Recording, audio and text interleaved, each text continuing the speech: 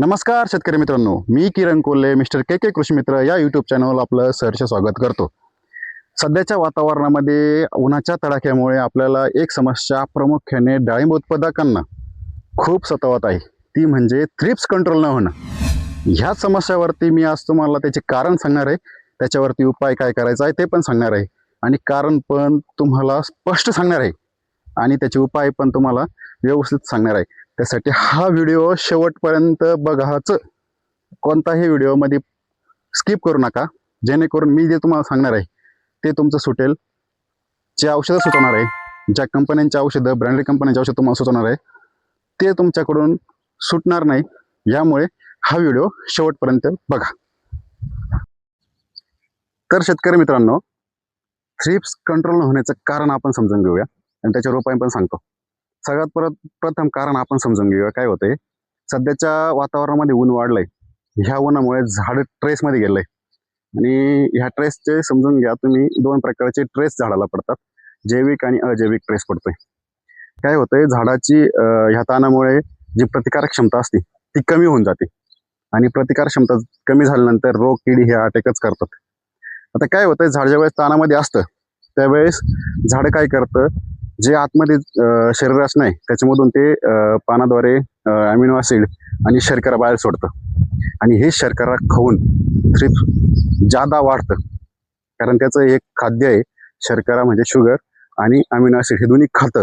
त्यामुळे थ्रिप्स वाढलं जातं आणि ते थ्रिप्स मल्टिप्लाय खूप जादा प्रमाणात होतं. जरी आपण औषधं वापरले, कीटकनाशक वापरलं तरी 2-3 थ्रिप्स जरी शिल्लक राहिले त्याची खूप पटीत वाढ होते.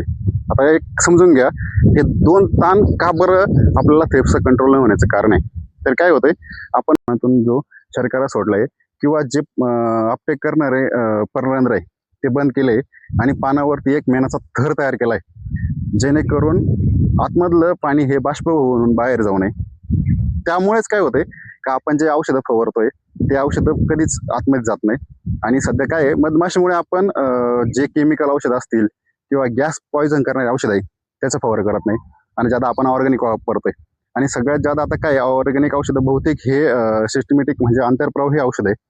आणि त्या जर ह्या झाडाने मेणाचा थर आणि पर्णरंध्र बंद केला असेल पानावरती किंवा फुलावरती, तर हे औषध आतमध्ये अपटेक केले जात नाही आणि त्यामुळेच हे औषधं रिझल्ट देत नाही. कारण काय होतं, ज्यावेळेस सिस्टमॅटिक औषध आतमध्ये जाईल त्यावेळेस झाड पूर्ण विषारी होतं आणि ते खाल्ल्यानंतर तुमचा थ्रिप्स मरतो. पण आपण मधमाशीसाठी काय केलेलं आहे की गॅस पॉइझन मारू शकत नाही, केमिकल मारू शकत नाही, म्हणूनच आपल्याला ते सिस्टमॅटिक मारावं लागतं आणि हे सर्व ट्रेसमध्ये असल्यामुळे झाड तुमचावाला रिझल्ट देत नाही. हे कारण त्याचं मेन समजून घ्या. आता त्याचे उपाय तुम्हाला सांगतो. सगळ्यात पहिल्यांदा अगोदर तुम्हाला पाणी वाढवायचंय आणि जो स्प्रे मारायचा आहे तुम्हाला तो शक्यतो संध्याकाळीच घ्या किंवा सकाळीच घ्या. आणि वरतून स्प्रेला प्रत्येक स्प्रेमध्ये सिलिकॉन घ्यायचा आहे, सिलिकॉनचा घटक घ्यायचा आहे, तो प्रत्येक स्प्रेला वापरा, जेणेकरून काय होईल, झाड ट्रेसमधून निघल आणि तुम्हाला जास्त प्रमाणामध्ये औषधं तुमचे अपटेक केले जातील आणि रिझल्ट जास्त दिवस राहील. एक ध्यानात राहून द्या, जैविक आणि अजैविक ताणच तुमचा थ्रिप्स कंट्रोल न करण्यासाठी सर्वात मोठा अडथळा आहे. हे समजून चला. कितीक महागडे औषध आणा तरी तुम्हाला रिझल्ट भेटणार नाही. अगोदर ज्या शेतकऱ्यांना कळतं की जैविक आणि अजैविक ताणामुळे आपल्याला थ्रिप्ससाठी कंट्रोल येत नाही, त्यांच्या बागामध्ये आजही थ्रिप्स कंट्रोल झालेले आहे. तर एक समजून घ्या, सिलिकॉन का बरं वापरायचंय. सिलिकॉन वापरल्यामुळे झाडाचा ट्रेस कमी होणार आहे. ट्रेसमधून निघाल्यानंतर झाड त्याचे पर्णरंध्र ओपन करणार आहे. त्यामुळे मायक्रोटन झालं किंवा तुमच्यावाले थ्रिप्स साठी मारण्यासाठी जे औषधं वापरतात, सिस्टमॅटिक औषध आहे, ते अपटेक केले जाणार आहे आणि झाडामध्ये ते अपटेक झाल्यानंतर ज्यावेळेस थ्रिप्स तुमचं ते पान खाईल त्यावेळेस ते मरणार आहे. तर मग याच्यावरती अजून एक तुम्हाला स्प्रे सांगतो. 1-2 कंपनीचे स्प्रे, ते स्प्रे मारा, त्याने पण तुमचा चांगला प्रमाणे कंट्रोल होईल. पण त्याच्या अगोदर ताणातून बाग काढल्यानंतरच.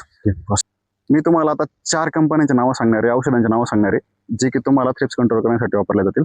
पहिले हे ऑर्गॅनिकमध्ये 2 सांगतो आणि नंतर केमिकलमध्ये 2 औषधांचे नाव सांगतो. पहिलं ऑर्गॅनिकमध्ये एक समजून घ्या, कृष्णवेली ॲग्रोटेक LLP पुणे या कंपनीचं अमृत बिग गन्स नावाचं औषध आहे. त्याच्यामध्ये सिलिकॉन म्हणून आपलं अमृत बायोसील नावाचं एक प्रोडक्ट आहे, सिलिकॉन आहे त्याच्यामध्ये, ते 2 ml घ्या. नंतर दुसरी कंपनी पेन्सो बायो, त्याचं आलं बायो 303 1.5 ml घ्या. त्याच्यामध्ये तुम्ही प्रिव्ही कंपनीचं सिलिक्झॉल घ्या 1 ml. आणि नंतर केमिकलमध्ये स्प्रे घ्यायचा आहे. तो केमिकलमध्ये स्प्रे सांगतो तुम्हाला. ट्रॅक्टर ब्रँडचं शिनवा 140 ml 200 लिटर पाण्याला, आणि दुसरं हे नागार्जुन कंपनीचं झलक हे 75 ml 200 लिटर पाण्याला. याचा स्प्रे करून तुम्ही कंट्रोल करू शकता. फक्त स्प्रे करताना एक ध्यानात राहून द्या, प्रत्येक औषधामध्ये सिलिकॉनचा वापर करायचा, आणि स्प्रे घेताना शक्यतो संध्याकाळी किंवा सकाळीच घ्या, उन्हात घेऊ नका. ज्यामुळे काय होईल का तुमचा अपटेक होईल आणि रिझल्ट तुम्हाला जास्त होईल. तर शेतकरी मित्रांनो,